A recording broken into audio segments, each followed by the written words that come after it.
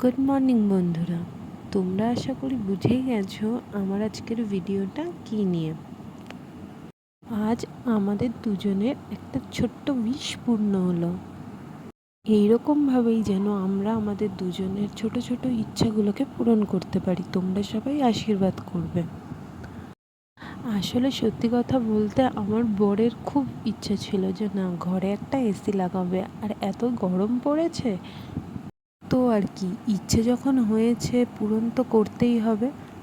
ইচ্ছে পূরণের থেকে বেশি ছিল ওর জেদ।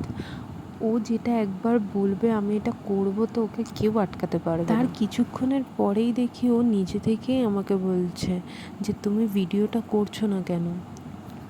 আর এইদিকে আমার বরের মুখটা দেখার মতো, কারণ ও দেয়ালে গ্রিল করছে। আসলে ও একদম পছন্দ করে না দেয়ালে কিছু ফুটো থাকুক, ওই জন্য ঘরে একটা পিরাকও পর্যন্ত পুঁততে দেয় না। কিন্তু সেইখানেও এসি লাগাবে, তার জন্য ওকে তো অনেকগুলোই গ্রিল করে এসিটাকে লাগাতে হবে না, তাই ওর মন খুব খারাপ হয়ে গেছে। যাই হোক, ও কিন্তু এসিটা মেনলি আমার জন্যই লাগাচ্ছে, জানে আমার খুব কষ্ট হয় এসি ছাড়া।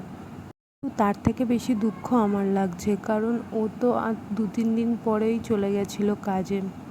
আর ওকে তো বাইরে থাকতে হয় রোদ্দুরে রোদ্দুরে, আমি এদিকে এসিতে থাকবো আর ও বেচারা বাইরে রোদ্দুরে কাজ করবে। সত্যি খুব মন খারাপ লাগছিল। এসিটা ইনস্টল হচ্ছে তো খুব আনন্দ হচ্ছিল, কিন্তু তারপরের চিন্তা করেই খুব কষ্ট লাগছিল, কারণ পুরো ঘরের অবস্থা কি অবস্থা হয়ে গিয়েছিল, একদম ভাল লাগছিল না। খাট বিছনা ধুলো পড়ে একদম অবস্থা খারাপ হয়ে গেছিলো। আর এদিকে বাইরের মেশিনটাও নিয়ে গেল ছাদে, ওখানে গিয়েই ওটা সেট করবে বলে। আর এদিকে আমিও ওপরে গিয়ে ভিডিও করব বলে চলে গিয়েছিলাম। তো ছাদে দেখে এত রোদ্দুর, আর বেশিক্ষণ থাকতে পারলাম না ছাদে। বললাম না, এবারে চলে যাই ছাদ থেকে। আর ওরা ওদের মতো ওগুলো ইনস্টল করুক, আমি ততক্ষণ নিচে চলে গিয়েছিলাম।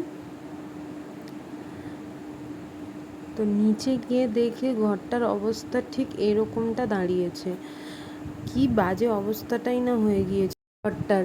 তারপরে ওদের কাজ টাজ হয়ে গিয়েছে সব, আর তারপরে সবাই কাজ করে চলে যেতে আমি আর আমার বর দুজন মিলে ঘরটাকে একদম ভালো করে পরিষ্কার করে নিয়েছিলাম। তাহলে ভিডিওটা আমি এখানেই শেষ করছি। দেখা হবে নতুন একটা কোনো ভিডিও নিয়ে। ভিডিওটা ভালো লাগলে অবশ্যই লাইক, কমেন্ট, শেয়ার করে দেবেন। আর নতুন নতুন ভিডিও দেখতে গেলে অবশ্যই আমার চ্যানেলটা কিন্তু সাবস্ক্রাইব করে দেবেন। টাটা।